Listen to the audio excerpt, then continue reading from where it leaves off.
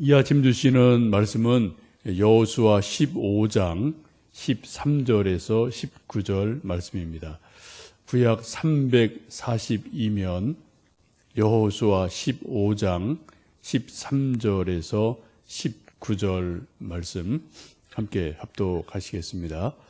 여호와께서 여호수아에게 명령하신 대로 여호수아가 기럇 아르바 곧 헤브론을 유다 자손 중에서 분깃으로 여분네 아들 갈렙에게 주었으니 아르바는 아낙의 아버지였더라. 갈렙이 거기서 아낙의 소생 그 세 아들 곧 세세와 아이만과 달메를 쫓아내었고 거기서 올라가서 드빌 주민을 쳤는데 드빌의 본 이름은 기럇 세벨이라.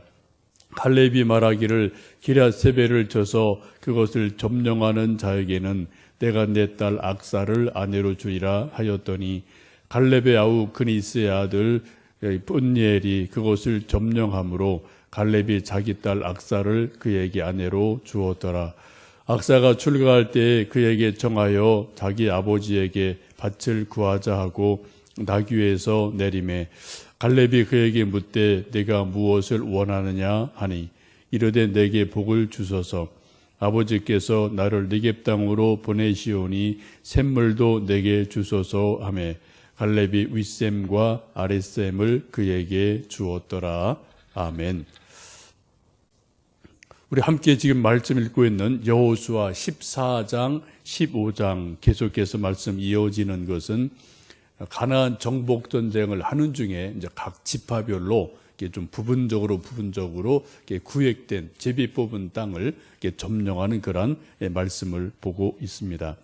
15장 앞부분을 보시면 유다 지파가 제비 뽑아 선택한 땅을 경계선을 짓는데 산과 골짜기와 강과 높은 산 이런 것을 기준으로 여기까지 유다 땅이다 이렇게 이제 정해지죠.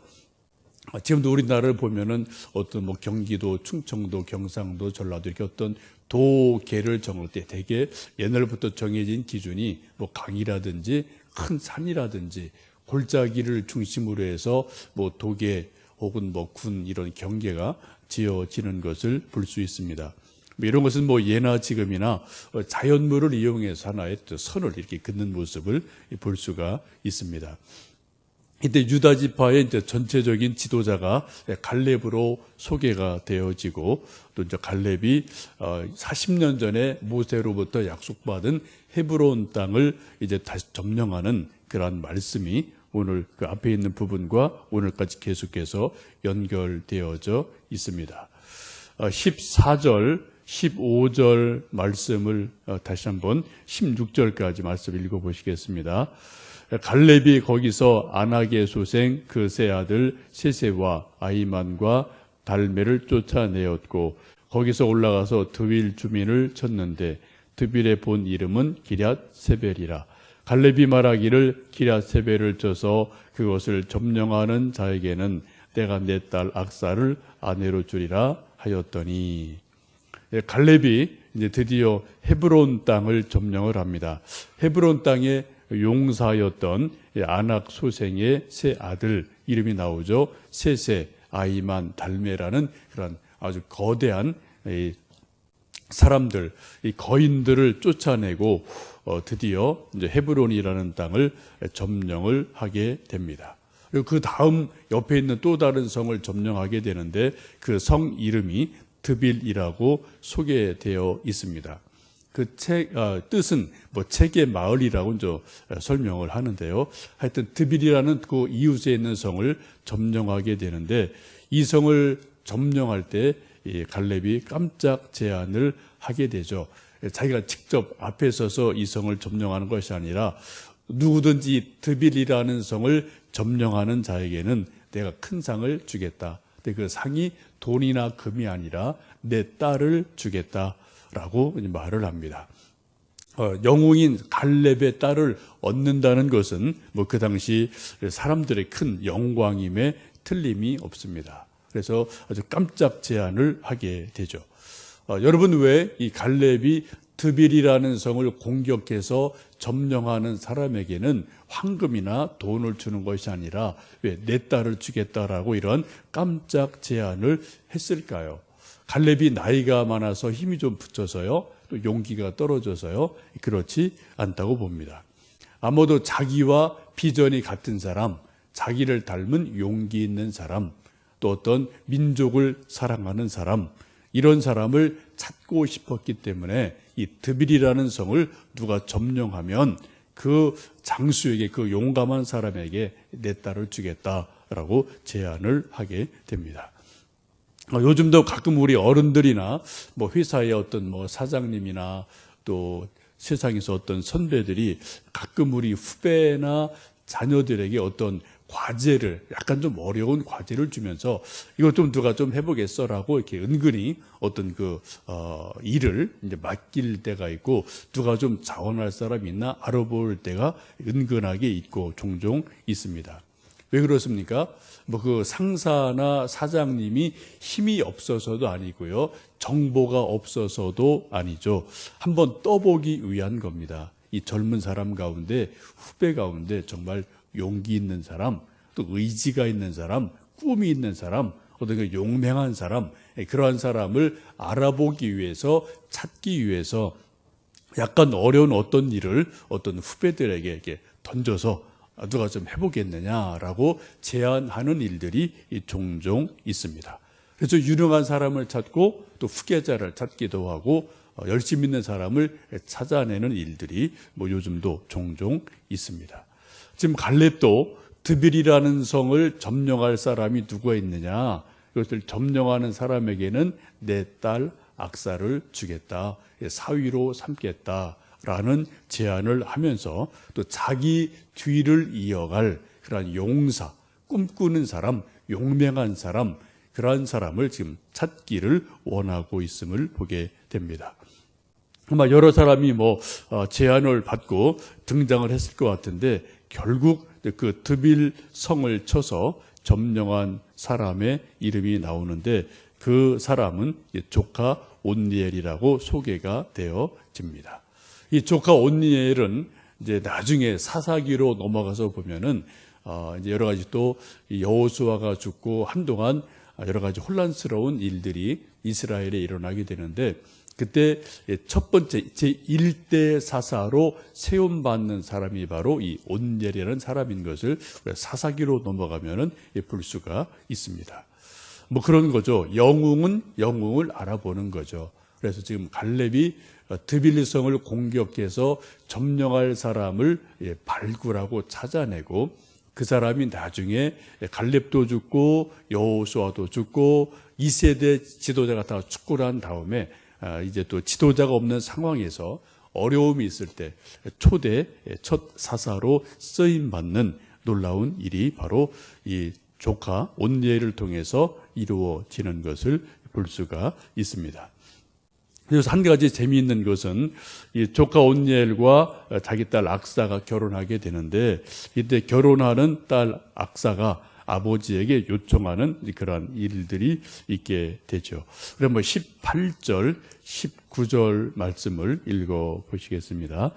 악사가 출가할 때에 그에게 청하여 자기 아버지에게 밭을 구하자 하고 나귀에서 내리매, 갈렙이 그에게 묻되 내가 무엇을 원하느냐 하니, 이르되 내게 복을 주소서, 아버지께서 나를 네겝 땅으로 보내시오니 샘물도 내게 주소서 하매, 갈렙이 윗샘과 아랫샘을 그에게 주었더라 라고 말씀합니다. 이제 드디어 약속대로 자기 딸 악사를 이제 드빌을 점령한 장수 온니엘에게 이제 선물로 또 이제 결혼을 시켜주게 됩니다. 근데 결혼하고 친정집을 떠나는 딸 악사가 아버지에게 중요한 어떤 그 요구를 하게 됩니다. 곧 아버지에게 시집 가면서 낙이 타고 가다가 내려서 아버지에게 그렇게 말하죠. 아버지, 제가 좀 요청이 있습니다. 집 떠나고 시집 가는 딸이 요청하니까 그 요구가 뭐냐 했더니 제게 땅을 주십시오. 시집 가는데 그냥 빈손으로 갈 수 없지 않습니까? 땅을 주십시오. 했더니 아버지가 땅을 주죠. 네겝이라는 땅을 주게 됩니다. 내가 무엇을 원하느냐 했더니 좀 밭을 구하고요. 또 그 다음에 19절 보시면 또 내게 복을 주십시오 라고 말하기를 하고 말하면서 하는 말이 이제 땅도 주었으니 이제 내게 샘물도 우물도 주십시오 라고 요청을 합니다. 그러자 이 아버지가 윗샘 아랫샘 두 개의 샘을 딸에게 주었다라고 성경은 말씀을 합니다. 뭐 지금도 그렇지만 이제 가나안 땅, 이스라엘 땅은 물이 귀한 곳이어서 샘 하나가 한 부족이 살고 죽는 그런 아주 중요한 것임을 우리가 창세기 보시면 알 수 있지 않습니까? 그래서 아브라함도 샘을 팠고요, 이삭도 샘물을 파고 또 이웃 사람들이 뭐 빼앗고 하는 것을 우리가 볼 수 있는데, 이처럼 샘이 아주 중요한 것인데 이 갈렙이 딸에게 땅을 줄 뿐 아니라 거기에 관련된 땅을 윗샘, 아랫샘 두 개의 샘물을 주는 큰 선물을 시집가는 딸에게 주는 것을 볼 수가 있습니다. 이것을 보면은 용맹한 장수인 갈렙도 딸 앞에서는 마음이 약한 소위 딸 바보 아빠가 아닌가 그런 생각을 해보게 됩니다. 우리 속담에 딸 셋을 여의면 기둥 뿌리가 패인다는 말이 있지 않습니까? 또 딸을 셋 있으면 이제 문 열어놓고 잔다라는 그런 속담도 있는데요. 딸 셋이 결혼하면은 집안에 있는 재물, 또 중요한 것은 다 딸이 가져갔기 때문에 도둑이 와도 가져갈 것이 없어서 딸 셋 이렇게 결혼한 집에는 문 열어놓고 잔다, 그런 속담이 있는 것도 볼 수가 있습니다. 이것은 예나 지금이나 마찬가지 같아요. 지금 이 갈렙도 딸이 시집 가면서 아빠 땅 좀 주세요, 논밭 좀 주세요, 또 샘물도 주세요라고 요구했더니 그대로 다 들어주고 오히려 한 개가 아니라 두 개씩이나 더 덤으로 주는 그러한 아빠의 모습을 볼 수가 있겠습니다. 여러분, 이것은 영적으로 마찬가지 같아요. 우리 아버지들이 아들이든 딸이든 결혼하고 출가하고 또 할 때 좀 도와주세요라고 요청하면은 할 수 있는 범위 내에서는 어떻게 하든 우리 부모들이 딸이든 아들이든 도와주고 물질적인 것이든 정신적인 것이든 주려고 하는 것이 부모의 마음이지 않겠습니까? 이 시간 우리가 또 성경 말씀 신약을 보면은 예수님이 그렇게 말씀하신 적이 있지 않습니까? 누가 어떤 악한 아버지라도 아들이 자식이 떡을 달라 하는데 돌을 줄 악한 아버지가 어디 있겠느냐?